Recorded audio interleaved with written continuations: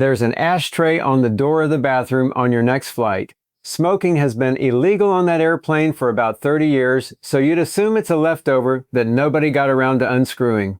But it's bolted there because federal law says it has to be, and the rule that put it there assumes you are going to break a completely different one. And that ashtray is the small end of something much bigger. The cabin you sit in is packed with equipment somebody put there on purpose, and a fair amount of it with a passenger in their 60s or 70s in mind. None of it gets pointed out to you. The safety demonstration covers about 5 things and then stops, and the rest just sits there in the open while people file past it for years without ever asking. A handful of these I'd want my own family to know before their next flight.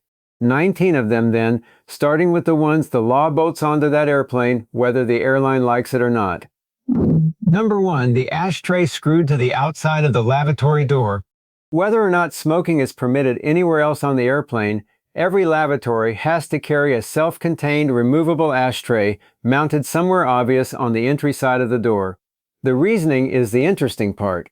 Regulators wrote the rule around a passenger who breaks the law and lights one anyway.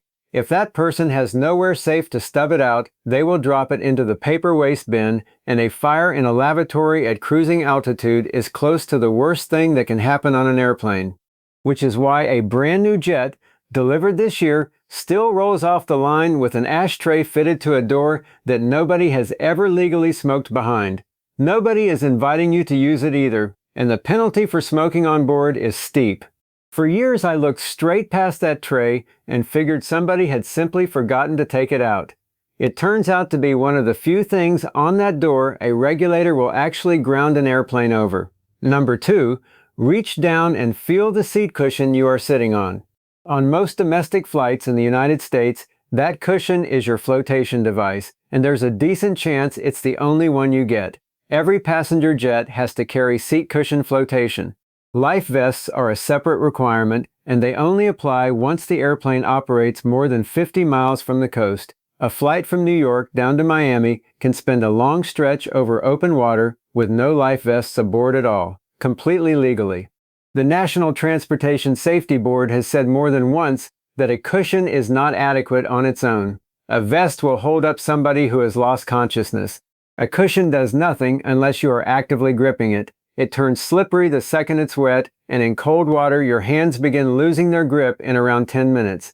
Grip strength is one of the first things to go with age, and gripping is exactly what that cushion asks of you. The safety card in your seat pocket settles which one you've got. If it shows a vest, there's one under your seat or in the armrest console beside you. If it shows only the cushion, that's the whole kit, and you'd far rather learn that on the ground than somewhere over the water. Number 3. What actually happens when somebody collapses at 35,000 feet. There is a great deal more equipment on board than most passengers imagine. Since 2004, every United States airplane over a certain size with at least one flight attendant has had to carry an automated external defibrillator and an enhanced emergency medical kit. The kit contents are specified in federal regulation, and flight attendants are drilled on the defibrillator and on CPR as part of their recurrent training. Most large carriers are also on contract with a ground-based medical service. The biggest is MedLink, run out of Arizona and staffed with working emergency room physicians. A flight attendant can get one of those doctors on a satellite phone or over the radio from anywhere on the route, and that doctor advises on treatment and on whether the airplane diverts. They handle about 17,000 cases a year, so the picture most of us carry of a cabin crew asking hopefully whether there's a doctor on board and otherwise being on their own is 30 years out of date. There is a doctor on that call. He's sitting on the ground in Arizona, and the crew already know how to reach him. Number 4. Those 2 glowing strips running along the floor of the aisle. You've walked over them on every flight you've ever taken. They're a legal requirement, and what they're built to survive is the loss of the airplane's electrical power. The newer ones are photoluminescent, so they charge under the cabin lights and glow on their own with nothing feeding them. The regulation says a passenger has to be able to find the escape path and identify the exits using markings no higher than 4 feet off the floor. 4 feet because smoke fills a cabin from the ceiling downward, and the last breathable air and the last visible markings are both going to be down near your knees. It's the same reason you get told to stay low in a fire, and the airplane was built to match that advice rather than fight it. Which is also why the crew wants you counting rows to the nearest exit before takeoff. You may well end up finding that exit on your hands and knees, following those strips along the carpet. Number 5. Ask the crew for a seatbelt extender and one arrives at your seat. United States Airlines are required to carry them and required to hand them over free. It costs nothing, and you don't have to arrange anything in advance. Cabin crew are specifically trained to bring one discreetly, so the move is to catch whoever greets you at the door as you board. Tell them your seat number quietly, and it turns up without a conversation in front of the row. The reverse is the part people get wrong.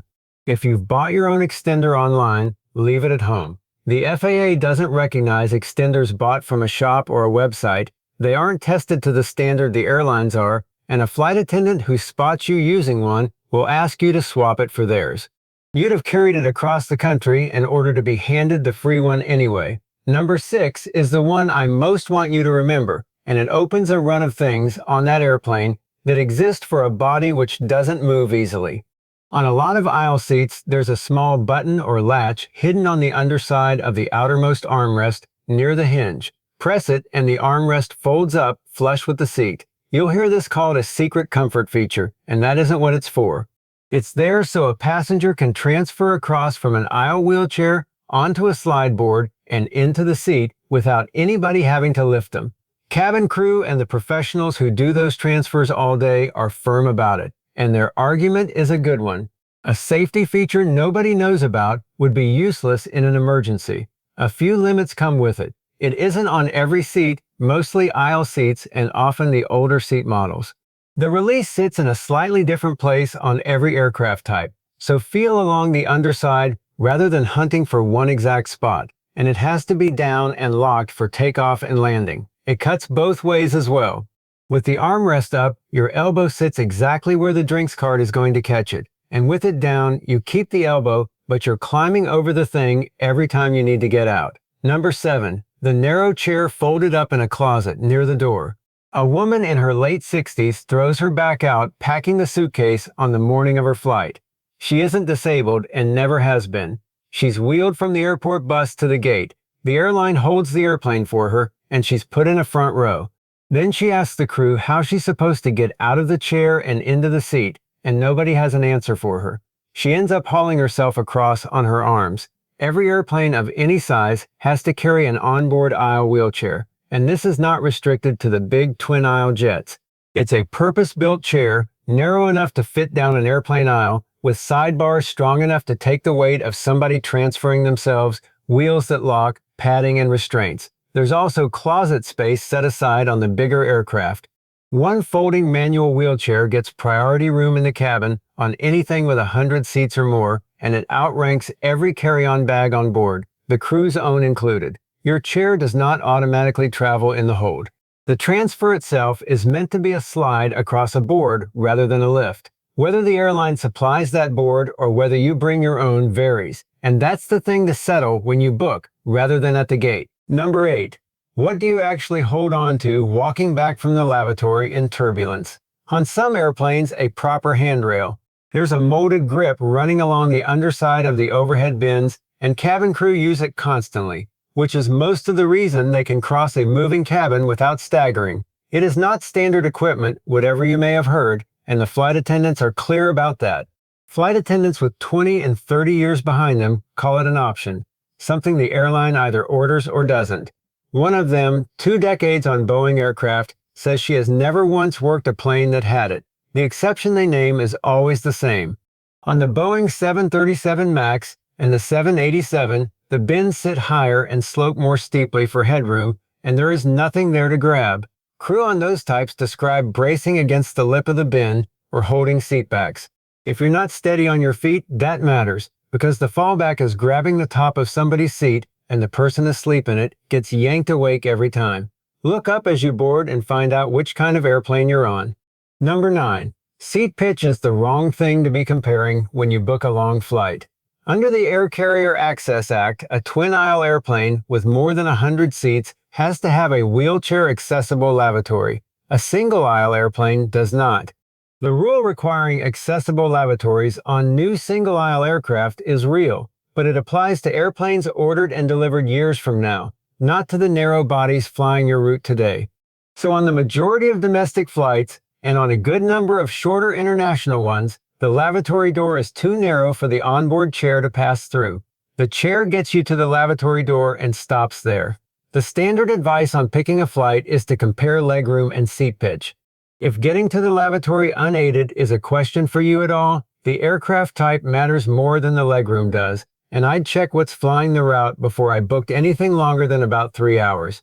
2 airlines can sell you the same city pair at the same price and put you on completely different aircraft. Number 10. The little round nozzle above your head and the airplanes that no longer have one. It's called a gasper, and the industry has been quietly walking away from it. They add weight, they add noise, and they cost real money to fit, enough that when an airline is choosing what to spend on, it's an easy line to strike out. Some Airbus A350s were delivered without them entirely. On the 737 MAX, the nozzles are still there, just smaller. And on the 800 and 900 series, Boeing dropped a separate fan that used to push air through them. That's why the air feels so feeble when you open one up. None of this is a rule you can look up, and it varies by airline and by airframe. But that nozzle is the only control you have over the air around your own face. The cabin runs cold and extremely dry, and it's the sort of thing to know about before you decide what to wear. The next 4 belong to the crew rather than to you, and every one of them sits in plain view. Number 11. Above your head on the bigger airplanes, there is a room with beds in it. On the 777 and the 787, a compartment is built into the crown of the fuselage, called the overhead flight attendant rest. On the 777, you reach it through an unmarked door at the very back of the cabin, locked, with a narrow staircase behind it, and it opens into something close to an old railway sleeper carriage. 8 to 10 bunks down either side, each around 6.5 feet long and 2.5 feet wide. The Airbus A350 has a version of the same idea, smaller because the fuselage is narrower. Some of them have an escape hatch hidden underneath one of the mattresses. The pilots get a separate rest area of their own, usually further forward and better appointed, which is a running complaint on the long routes. The reason it exists is duty hours. On a 14-hour sector, the crew legally have to be relieved and rested in rotation, so the people who greet you at the door are not necessarily the people who will be working the cabin when you land. That whole system is happening about 4 feet above your head while you watch a film. Number 12 is a piece of equipment on board that you will never be handed. It's called protective breathing equipment, and cabin crew call it a smoke hood. A fire-resistant hood with a silicone seal around the neck, a clear window to see through, and its own oxygen supply. The federal standard requires it to keep supplying breathing gas for at least 15 minutes. There's one on the flight deck at minimum, and more stowed in the cabin for the flight attendants. Passengers don't get one, and I'd sooner you heard that from me now than worked it out on the day. In a smoke situation, the crew have the gear, which is the whole reason they can keep working and keep directing people while everybody else is struggling to see. Your job is to get low where the air is and go where they point you. Number 13. Why the cabin lights go down for takeoff and landing. It has nothing to do with fuel and nothing to do with atmosphere. Takeoff and landing are the 2 phases where an evacuation is most likely, and if one happens, the cabin may well be dark or full of smoke. Dimming the lights beforehand gives everyone's eyes time to adjust, so nobody loses the first several seconds standing there blind. The window shades going up is the same thinking from a different angle. Cabin crew need to see what's outside before they open an exit, because opening one into fire or into debris makes things dramatically worse. And if the electrical power goes, daylight through those windows is the lighting. The number underneath all of it is 90 seconds. That's the standard an airplane is certified against. A full cabin evacuated in 90 seconds, and every one of these small decisions buys back a few. And it's the crew who set the cabin lighting, not the pilots, whatever the films tell you. Number 14, that small black triangle on the wall above 1 or 2 of the windows. It marks the seats with the clearest view along the wing, and it isn't there for you. When the flight deck wants eyes on something, whether the flaps have extended properly, whether the slats have moved, whether ice is building up, they'll send a cabin crew member to that exact window rather than have them wander down the cabin guessing. It matters most when an instrument reading in the cockpit is doubted and somebody needs to physically look at the wing. You'll occasionally see passengers ask to move toward those rows on a lightly loaded flight because they sit near the aircraft's balance point. That does happen, though it happens on all sorts of aircraft for all sorts of reasons, and it isn't what the triangle is for. The next three you can see from your seat if you have a window and the light is right. Number 15, on any airplane with exits over the wing, there are small yellow hooks fitted into the upper wing surface. In an evacuation out onto the wing, a rope threads through those hooks and gives people something to hold, because a wing is a smooth aerodynamic surface and a wet one is like standing on a tilted sheet of glass. The cabin side of that exit has a matching bracket on it. A crew member clips a lanyard to the bracket so they can stand in the doorway and physically steer people away from the front edge of the wing and away from the engine intake, back along the extended flaps toward the slide. Somebody sat down years ago and worked out that in a panic, people walk in the wrong direction, then designed a fitting to solve it. You'll only find these on aircraft that have overwing exits, so if you can't see any from where you're sitting, that's your answer. Number 16. Look at the bottom of the window next time you're by one. There's a tiny hole in it, roughly the size of a strand of spaghetti. I stared at that hole for about a decade before I asked anybody, on the assumption that a hole in a window at 35,000 feet was somebody else's problem to worry about. There are 3 panes in that window. The inner one is plastic, and its only job is stopping you scratching the real glass. The middle pane carries the hole. That hole equalizes the pressure between the panes, so the outer pane, the strong one, takes the full pressure load rather than sharing it. It also lets moisture out, which is why you're looking through clear glass instead of a sheet of ice, given that the air on the other side is around 40 below. Number 17. The white swirl painted on the front of the engine. Look at the cone in the middle of the engine intake and you'll see a spiral or a hook painted onto it. When the engine is turning, that mark smears into a visible blur, and that is the point of it. It tells the ground crew at a glance whether that thing is spinning. That matters because a running engine at close range is dangerous in a way that's hard to overstate, and a modern high bypass engine at idle is quieter and harder to read than you'd expect. The safe standoff distance starts at a few meters and grows with the engine, and ground crews work fast in a loud environment where a mistake cannot be taken back. So somebody painted a stripe on it. That leaves 2, and both of them come back to you rather than to the airplane. Number 18, flip up the metal sign on the front of the lavatory door. Underneath it, on effectively every airliner, Boeing and Airbus alike, is a latch that unlocks the door from the outside. Slide it across and the occupied lock releases.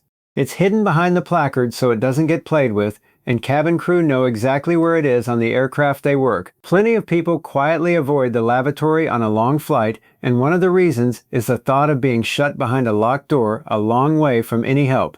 Somebody who feels faint in there, or slips, or locks themselves in and can't work out how to get back out, is not stuck. The crew are through that door in seconds. Number 19, those yellow masks make their own oxygen, and one story about them is completely false. Behind the masks there is no oxygen tank. Above each row of seats sits a chemical oxygen generator, and pulling the mask down yanks a firing pin that starts a reaction between sodium chlorate and iron powder. That reaction makes oxygen, and it also makes heat, which is why people report a burning smell and assume something has gone wrong. 12 to 20 minutes of flow, which sounds short until you understand it's sized for the descent and not for the flight. The generators sit overhead rather than under the seat, and some aircraft, the 747 among them, use bottles in the ceiling of the forward hold instead. And then there's the story that gets attached to them. You'll find people stating confidently that the masks release a sedative to keep passengers calm, and that it can be turned up to put everyone under if a crash is coming. None of that is true. What comes out of a chemical generator is oxygen and a little chemical dust. There is no sedative anywhere in the system, and there is no dial. I'll be blunt about it, because that story circulates unchallenged, and it frightens exactly the people who are already nervous about flying. Go back over those 19, and a pattern turns up in about half of them. The armrest release, the aisle chair, the latch behind the lavatory sign, the strips along the floor, the defibrillator in the galley. Every one of those is somebody at a desk imagining a specific passenger in trouble and then building the answer into the airframe years before anybody needed it. The rest are engineering, and the engineering is genuinely interesting, but that first half is the half I'd want my own family carrying with them. An airplane is a far more considered piece of equipment than the seat pitch would ever suggest, and once you know where the pieces are, a lot of the low-level dread of flying finally has somewhere to go. Subscribe if you want more of what the airline never quite gets around to mentioning.